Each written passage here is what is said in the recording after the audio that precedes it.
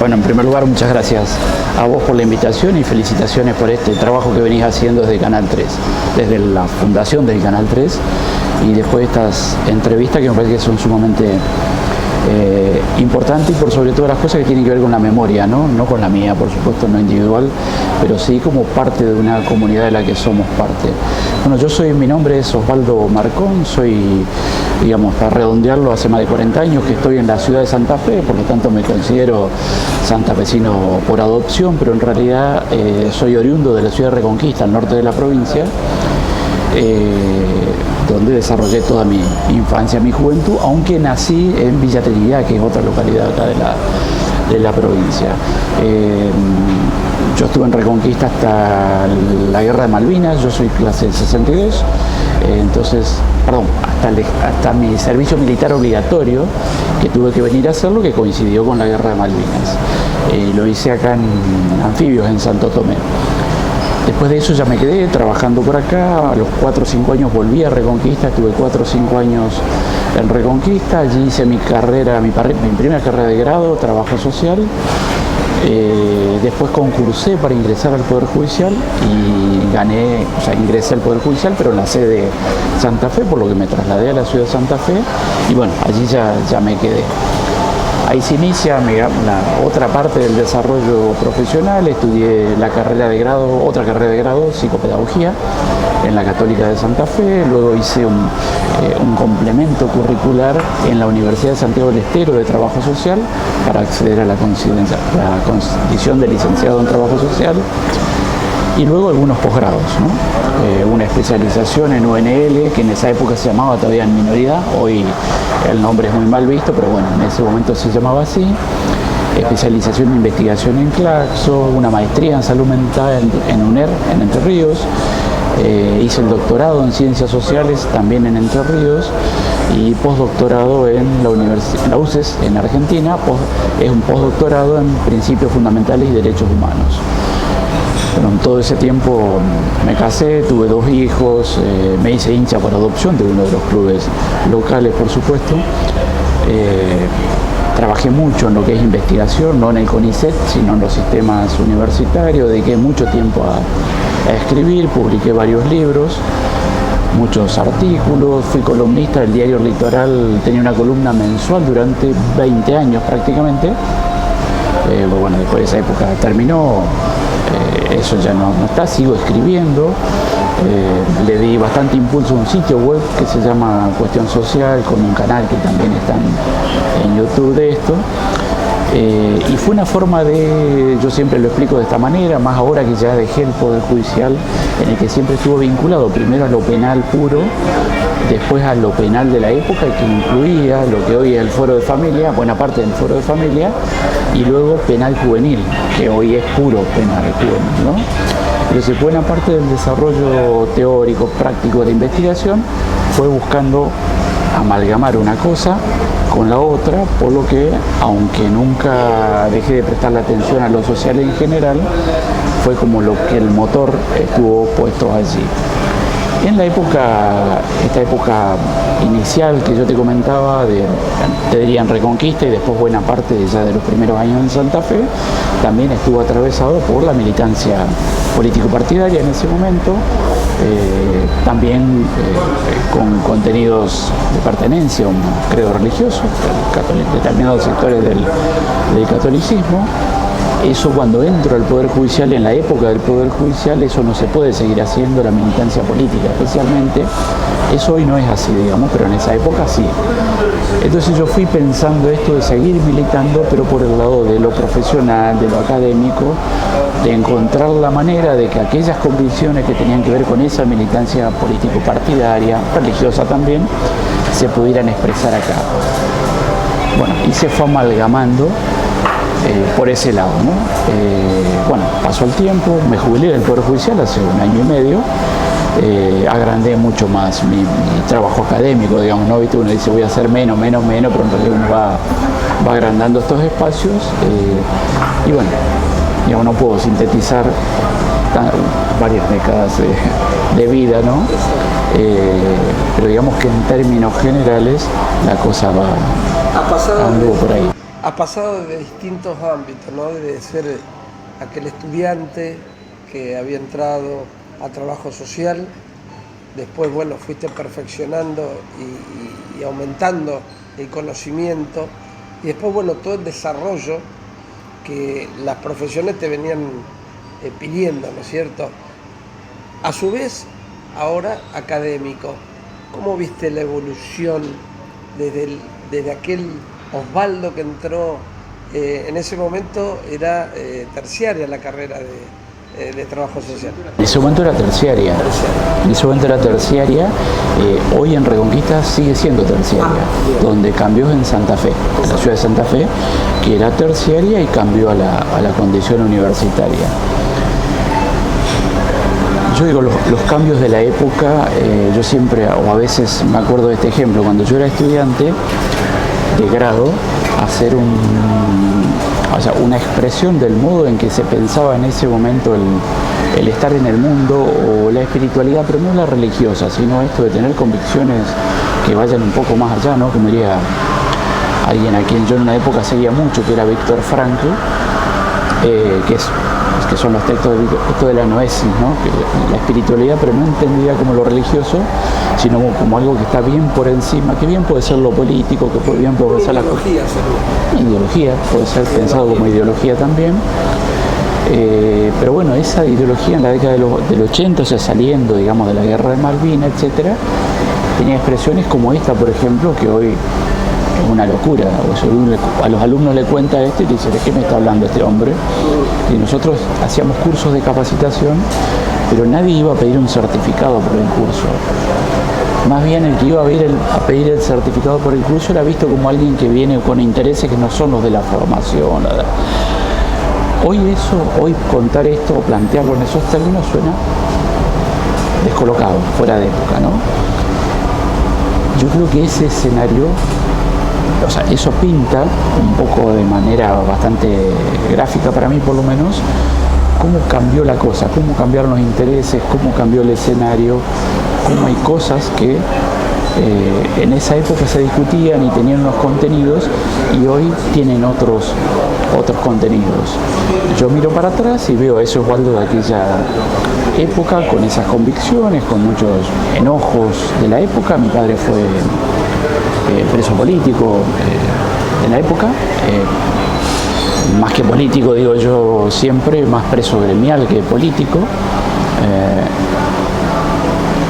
Y esas cosas vuelven a aparecer porque uno cuando cuenta eso otra vez, ¿de qué me está hablando? De cosas que pasaron hace 40, 50 años atrás, y hay una cosita chiquitita, que hay un grupito chiquitito que sigue pensando en eso, trabajando en eso, pero es como que tiende a formar parte de la historia. Este Osvaldo de hoy siempre recuerda a un psiquiatra, psicólogo social que se llama Alfredo Moffat, que murió hace poco tiempo, el año pasado creo que fue. Hoy estamos en febrero de 2026, creo que fue el año pasado que falleció él. Él siempre decía: el problema de salud mental o la locura es la ruptura con la historia. A mí me preocupa no caer en lo personal, no caer en esa locura de olvidar la historia. Dice que olvidar el pasado no se puede planificar el futuro porque no tenemos cimiento donde construir en una sociedad. Es muy grave. Y esas cosas vuelven a aparecer porque uno cuando cuenta eso otra vez, ¿de qué me está hablando? De cosas que pasaron hace 40, 50 años atrás, y hay una cosita chiquitita, que hay un grupito chiquitito que sigue pensando en eso, trabajando en eso, pero es como que tiende a formar parte de la historia. Este Osvaldo de hoy siempre recuerda a un psiquiatra, psicólogo social que se llama Alfredo Moffat, que murió hace poco tiempo, el año pasado creo que fue. Hoy estamos en febrero de 2026, creo que fue el año pasado que falleció él. Él siempre decía: el problema de salud mental o la locura es la ruptura con la historia. A mí me preocupa no caer en lo personal, no caer en esa locura de olvidar la historia. Dice que olvidar el pasado no se puede planificar el futuro porque no tenemos cimiento donde construir. mismos cimientos, ¿no? En las clases suelo utilizar siempre, yo por lo menos, este recurso o este gráfico, ahora que se utiliza mucho la gráfica, del espejo retrovisor del auto, ¿no? Uno va manejando y si uno va mirando permanentemente el espejo retrovisor, choca. Pero si no lo mira también choca. Entonces, es esa combinación de lo micro y lo macro, ¿no? Ver qué es lo que pasa en lo pequeño y qué es lo que pasa en lo grande, qué es lo que pasa hoy, pero mirar para atrás, ¿no? Porque yo también, diría, en los 80 también cuestionaba otras cosas del pasado. Eso se repite hoy, ¿no? Los jóvenes, los adolescentes, que quizás a mí me da la impresión de que en algunos casos con mayor virulencia, en otros con menos virulencia, pero yo diría que en algunos casos, porque en términos generales con menos virulencia, hay con menos rebelión ante lo instituido, porque es como que los adultos, o buena parte del mundo adulto, trata de ocupar el mundo joven o el mundo adolescente que no le corresponde, ¿no? La juvenilización o un profe que mencionábamos recién antes de empezar con esto, País, ¿no? que era docente de la Universidad Católica de Santa Fe. Cuando yo estudiaba psicopedagogía, él hablaba mucho del muchachismo, ¿no? El muchachismo que hoy le llamamos juvenilismo, esto de pensarse como un muchacho, como un adolescente, como un joven, cuando uno en realidad tiene otra edad. A mí me parece que esa es una expresión de la locura contemporánea y del modo de las cosas que... En esto, como me preguntaba, bueno, yo trato de que ese Osvaldo de aquella época siga vinculado a este Osvaldo de ahora. Me parece que tenemos un problema como sociedad cuando no enganchamos una cosa con la otra. Ahora, lo que surge de lo que vos contás, este grave problema que hay hoy segmentado en la franja social por edades. Es como que no hay una conexión que a veces puede pasar desapercibido, está ahí, está, digamos, de una forma más visible, pero invisible muchas veces para la gente. Y ahí viene lo grave de lo que es decir, el escuchar al otro, su experiencia, de qué me sirve escuchar a un adulto mayor, de un trabajador, de un joven, un niño, un adolescente. Es decir, como que están segmentados y muy divididas esa franja, ¿no? Hoy se habla mucho en el campo de las ciencias sociales de lo que se llama el edadismo,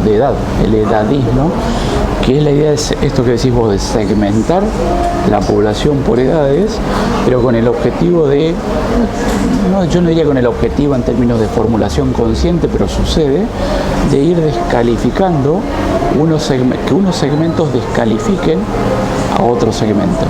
O sea, ser como estancos. Como estancos. Estancos y que no se pueda comunicar una cosa. Inclusive echarle la culpa a uno de esos segmentos de lo que nos está pasando, ¿no? Vos que sabés si está desactualizado, claro, si no se sabe. Claro. Vos que sabés si no tenés experiencia, porque uno claro. al otro, claro. el más joven, y el más joven le dice, vos ya fuiste, claro. Si no sabés cómo se manejan las redes, olvídate, andá a leer el diario en papel, ese tipo de... Ahora, fíjate qué problema grave. Sí. Porque es como que, digamos, el nadador entra en esa agua de no avanzar, ¿no? O sea... Biu Casares tiene una novela, la verdad que yo la leí hace muchos años, pero me propuse volver a leerla, que se llama El diario de la guerra del cerdo. Es muy interesante porque lo que relata es una historia en la que lo que se produce es una guerra entre justamente viejos y jóvenes, para decirlo de manera esquemática, ¿no? De todo modo, claro, cuando yo pensaba, por lo menos la idea que a mí me quedó de la novela, por eso la tengo que volver a leer, al menos había guerra entre una cosa y otra, que entonces hace mucho más visible el conflicto. Hoy hay indiferencia. Hoy hay indiferencia, exactamente, sí. Ni eso, no. Bueno, dice que la peor muerte se nos olvida. La peor muerte, sí. Sí. A ver, yo a esto le pongo un poco de carga porque es algo que me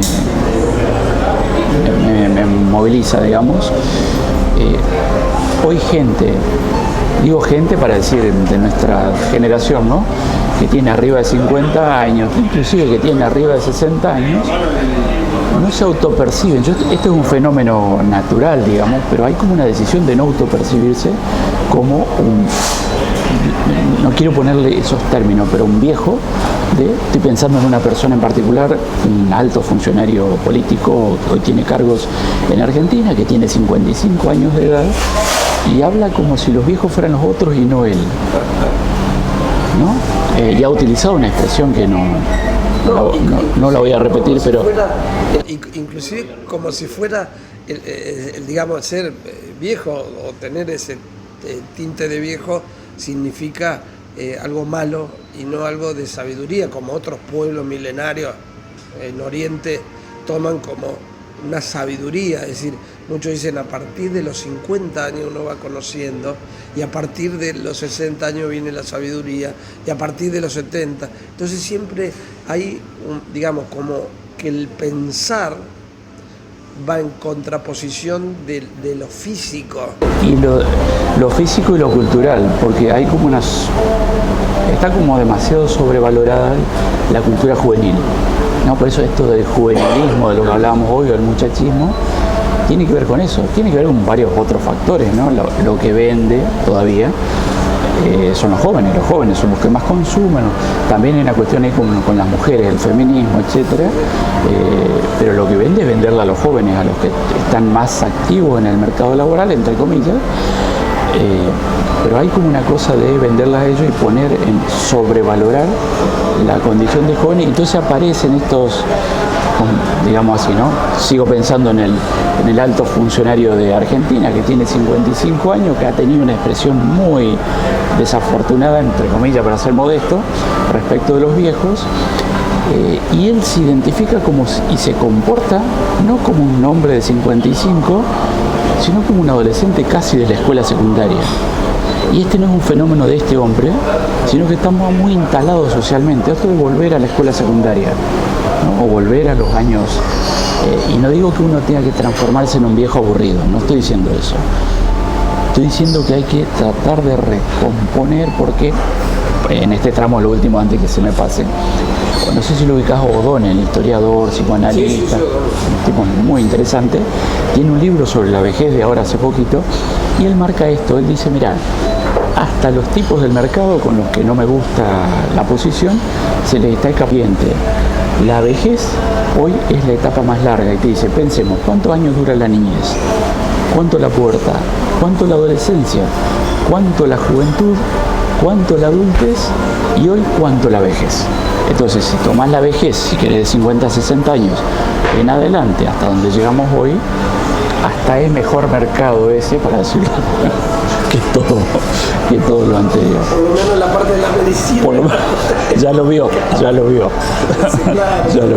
El turismo, etc. Osvaldo, hay este grave problema, ¿no? Porque ¿cuál es el sentido de la sociedad en alerta? Es decir, a ver qué nos pasa a nosotros para distinguir. Y creo que la gente se puede hablar de una sociedad inmadura en este sentido, de no asumir los roles de cada uno y no intercambiar los roles de cada uno. Sí, yo estoy totalmente de acuerdo. Lo que no significa que uno tenga que decir, bueno, estos son los roles y de acá no nos movemos. Los roles se pueden discutir, se pueden cambiar, etcétera, pero me parece que en términos generales hay unas generaciones que tenemos unas responsabilidades respecto de otras generaciones, y a mí me parece que cuando nos corremos de esos lugares, nos corremos de esas responsabilidades. Cuando tenemos 50, 60 años y entramos en ese terreno de comportarnos como si tuviéramos 20, estuviéramos en la secundaria o tuviéramos 30, en realidad lo que hacemos es quitarnos el sallo de esas otras responsabilidades. Y ahí me parece que hay un problema. Y esto después se traslada a varios otros campos. Al campo educativo, al campo de la administración del Estado, a lo penal juvenil. Ahora no, más vale vamos por el castigo, que en lugar de sentarnos a conversar con el otro y a transmitir a transmitir experiencia, a ver qué es lo que podemos hacer, etcétera, etcétera. Sí, yo creo que hay un renunciamiento, y a mí lo que me parece ver en eso, cosa que te diría no veía en aquel Osvaldo de la década del 80, es casi una cosa que yo no logro explicármela a mí ni siquiera, que son esto de los hablaba de la sociedad rizomática, ¿no? Una sociedad organizada no con raíces profundas, sino con muchas cosas superficiales, ¿no? Cómo se ven los vínculos entre todas esas cosas, pero es tal el vínculo que uno no puede terminar de explicar cómo es que todo tiene que ver con todo, ¿no? Para caer en un lugar bien común, ¿no? Y cómo es que efectivamente esto funciona como un sistema, ¿no? Esto del juvenilismo, esto que a mí este término es como que no uso mucho, me parece hasta agresivo a veces, pero yo creo que es preciso, el de la inmadurez, ¿no? Es decir, hay como una falta de madurez social, inclusive, que se ve, uno lo ve, ¿no? Hay cosas que son como muy evidentes y no las vemos, está bien lo de las redes, ¿no? Por ejemplo, ¿no? Qué lindo esto, cuando yo me planteé esta sociedad en alerta, que hubo muchos disparadores, como vos decías, ¿no? La ley de los jóvenes o niños que quieren bajar, la sociedad fraccionada en el que tener es más que el ser, el individualismo, pero qué lindo porque cuando uno va al médico o a veces al psicólogo, a donde vaya, cree tener un preconcepto de algo, pero en el análisis de esto va surgiendo otra cosa. Y qué lindo en esta primera charla, porque creo que permitime el término, o sea, sacar el jugo, vamos a sacarlo, vamos a exprimir, porque tengo la versión premium de Osvaldo. Entonces, no, porque, a ver, si te hubiera agarrado, recién empezaba trabajo social, seguramente que iba con otros ímpetus, cambiar. Bueno. Después, bueno, tuviste pedagogía, que es una carrera hermosísima, ni hablar de trabajo social, que ya vamos a hablar. Después, o sea, son muchas cosas que me parece que para encerrarla en una sola charla y seguir en esta problemática, ¿no? Que vamos inclusive a tomar el termómetro de lo que dice la gente.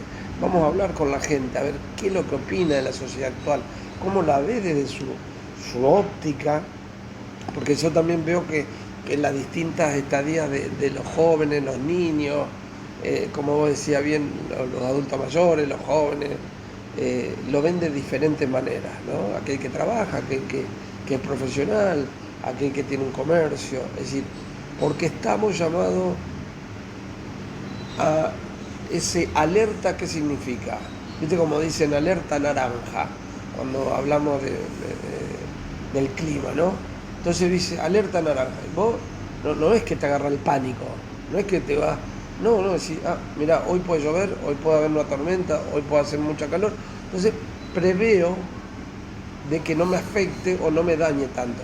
Yo creo que estamos en eso, es decir, a ver, ¿qué sociedad tenemos hoy y hacia dónde vamos a ir, en lo político, en lo social, en que cada uno somos partícipes, ¿no es cierto?, de este gran rompecabezas social, ¿no? Cada uno tiene un pedacito, un rol, ¿no?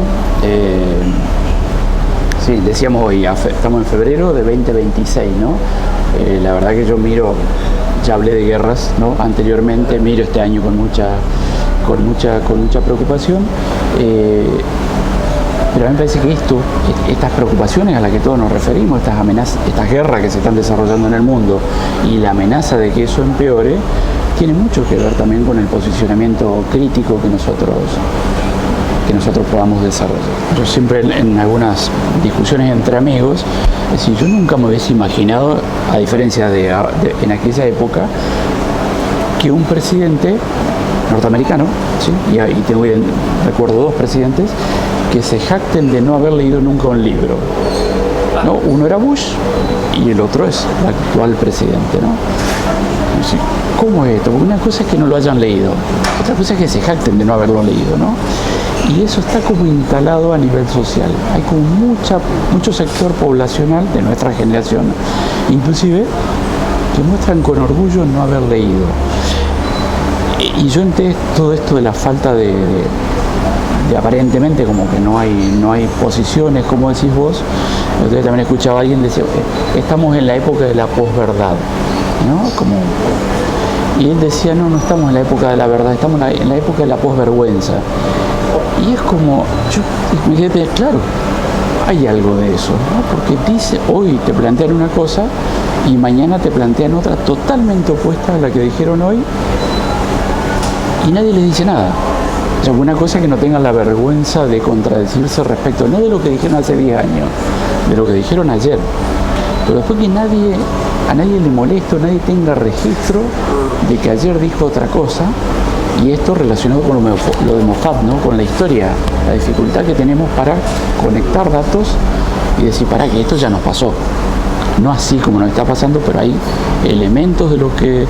O sea, esto de vos decías, la etapa de violencia, yo no, sin abrir juicio sobre eso, ¿no? Pero ahí había algo del orden de la crueldad, de la violencia, que estaba como naturalizado. Sí, y yo creo que no es lo mismo la época aquella en que aquel presidente argentino que dijo, si les decía la verdad no me votaban.